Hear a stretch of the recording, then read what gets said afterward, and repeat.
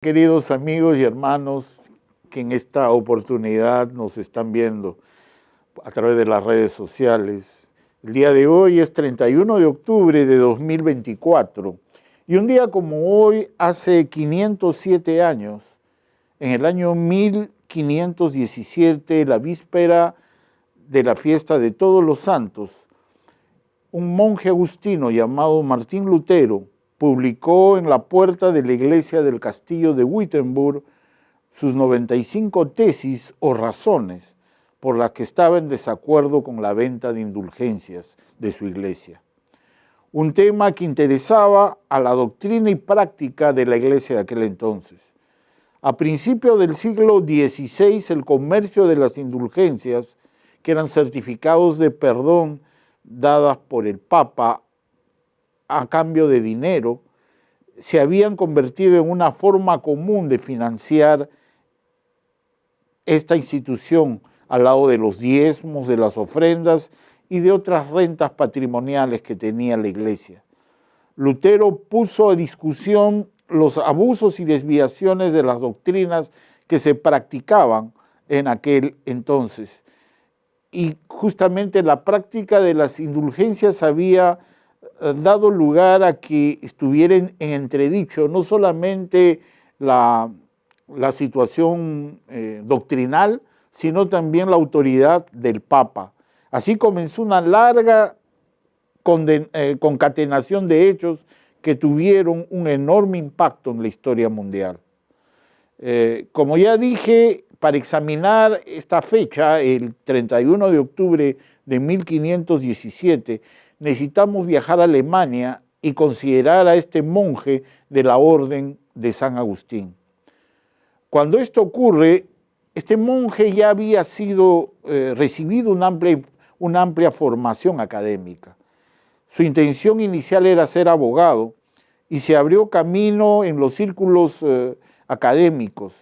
Recibió títulos de derecho y es entonces cuando de repente abandona el derecho como carrera y entra en el monasterio. Regresó a la universidad otra vez, donde obtuvo títulos de teología y estudios bíblicos. Y en medio de todos estos estudios, Dios no dejaba de traer a la mente de nuestro monje algunas ideas que la iglesia había ocultado, ideas que no se predicaban desde los púlpitos, ideas que por desgracia habían caído en el olvido. Estas ideas eran sencillamente lo que hoy consideramos las 5 solas de la Reforma, que luego veremos. Volviendo a nuestro monje, aún no había llegado a este punto en el año 1517, pero él se dio cuenta que algo estaba dramáticamente mal en la iglesia. Así que empezó a escribir unas tesis para que se disputara entre académicos. La tesis es simplemente una declaración que se somete a discusión. Y él tenía la intención de discutir con académicos acerca de la forma como la iglesia estaba siendo conducida, para que cuando la iglesia tuviese un momento, pensara en su tarea y misión y pudiese ser fiel bíblicamente. Así que Lutero formuló estas 95 tesis o razones para el debate. Y es el 31 de octubre de 1517 que fueron publicadas en las puertas de la iglesia del castillo de Wittenberg. Y él no tenía idea de lo que iba a ocurrir después. Una copia de estas 95 tesis llegó hasta el Papa León X. Y cuando León las recibió, dijo: estos son divagaciones de un alemán borracho. Él pensará de otro modo cuando esté sobrio. El Papa subestimó de esta manera a este monje y subestimó el poder de las ideas contenidas en las 95 tesis. Lo que siguió a estas 95 tesis no fueron simplemente un debate, sino el resultado de sus tesis fue la Reforma. Lo que necesitamos recordar de Lutero es que su historia no terminó con la publicación de estas tesis. Unos años más tarde, en 1521, él seguía debatiendo con la iglesia, en la Iglesia Católica Romana. Él seguía presentando lo que con el tiempo serían o constituirían el valioso fundamento de la Reforma. Estas son las solas que apreciaremos también ahora. Sola Escritura, sola fe, sola gracia, solo Cristo, y a Dios solamente sea la gloria. Pero Lutero no vivió solamente hasta la década de 1520, sino que llegó hasta 1540. Lutero envejeció y muchos de sus primeros años le pasaron factura. Sufrió mucho en su vejez. Vemos que este teólogo no era simplemente un monje audaz y valiente, no fue simplemente la chispa inicial de esta iglesia que protestaba contra estas cosas de las cuales formamos parte. De hecho, también lo vemos como un hombre anciano que descansaba en el Evangelio. Sus últimas y excelentes palabras fueron simplemente: somos mendigos. Esto es verdad. Pero somos mendigos que encontramos alimento, y por la gracia de Dios, Lutero nos mostró el camino apuntando a la cruz de Cristo.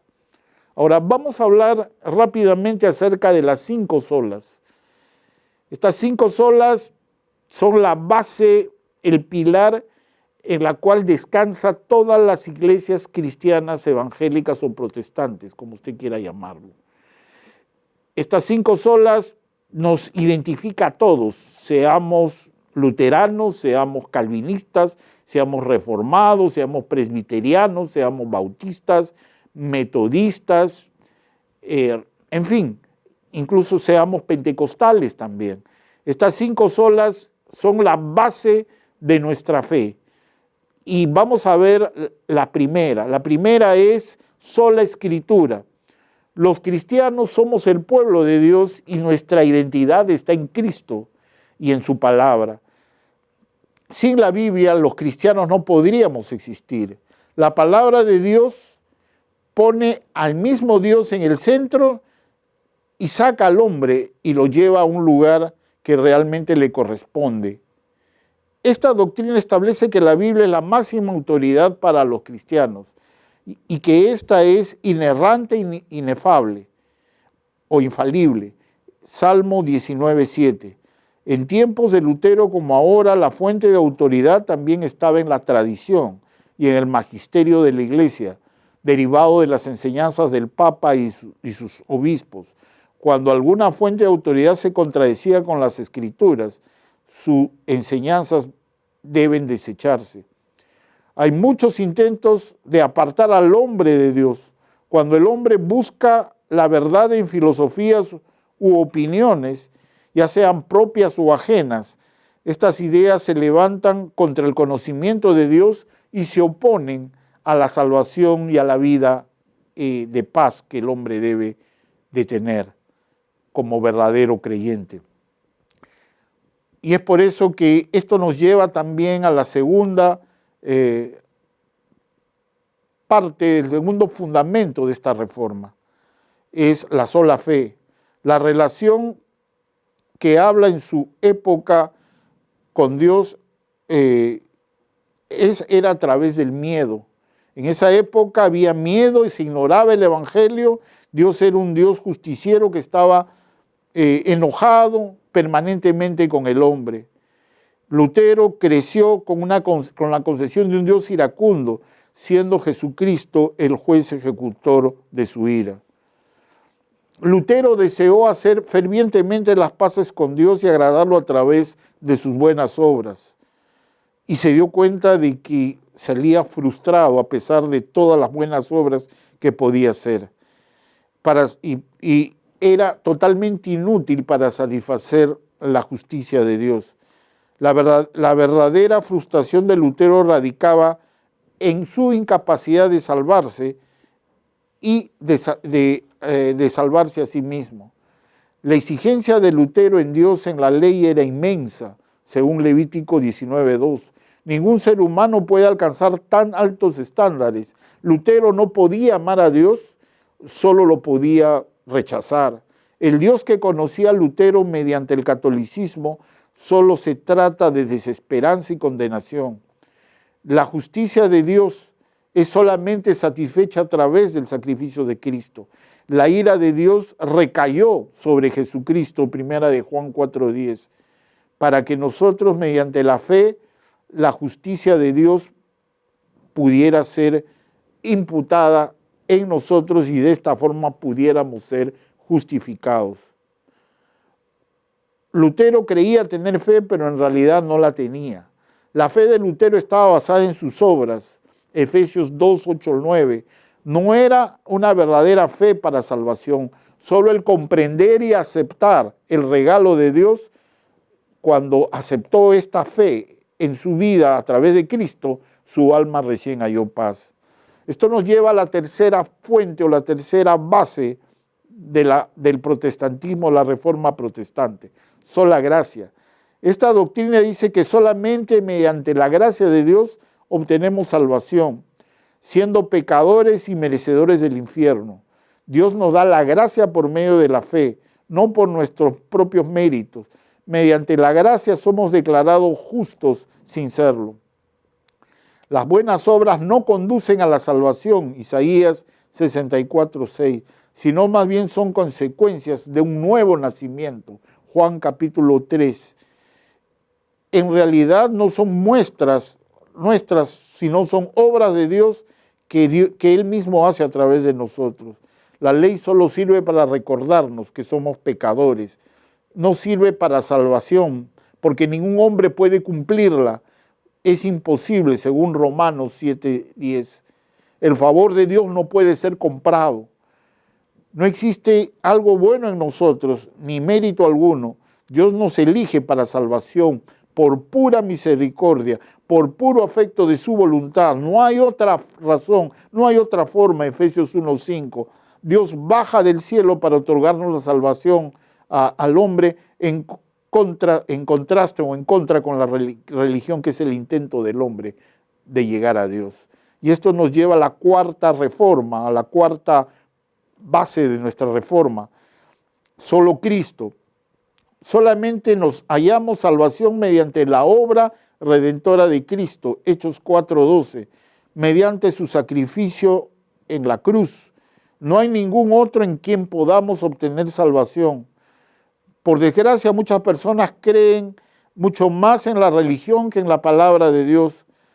Lutero protestó contra la religión tradicional. No hay mediadores entre Dios y los hombres, primera de Timoteo 2:5, salvo Jesucristo, ni profetas, ni vírgenes, ni sacerdotes, ni pastores, ni chamanes, ni líderes.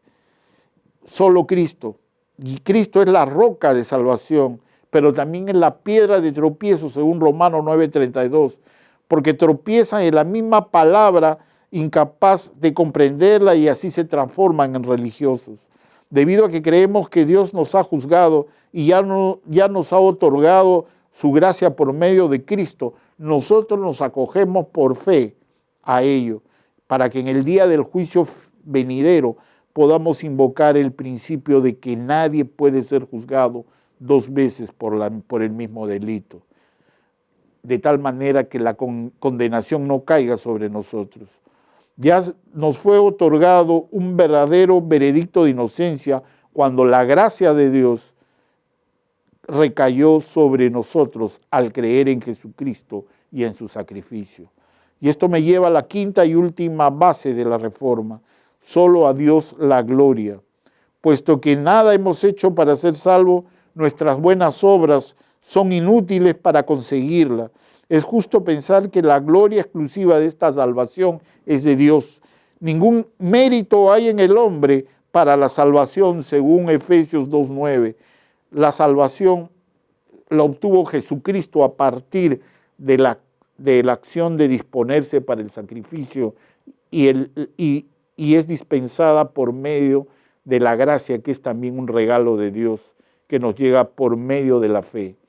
Ni siquiera la fe es obra humana, puesto que es un regalo, es un don de Dios. El cristiano debe adorar a Dios y glorificarlo en todo lo que hace en su vida como agradecimiento a la obra redentora de Jesucristo en nosotros, según Romanos 12:1. Todo lo que Dios ha hecho es para su gloria, Romanos 11:36. Con esto quiero dar un pequeño saludo por el Día de la Reforma a todos mis hermanos que nos están viendo a través de las redes.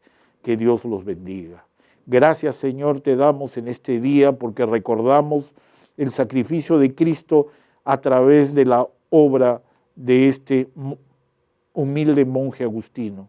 Gracias, Señor, porque aquí con esto se inició de manera clara la reforma, los cambios que debía haber en el cuerpo de Cristo. Gracias te damos, Señor, en los méritos de Cristo Jesús. Amén.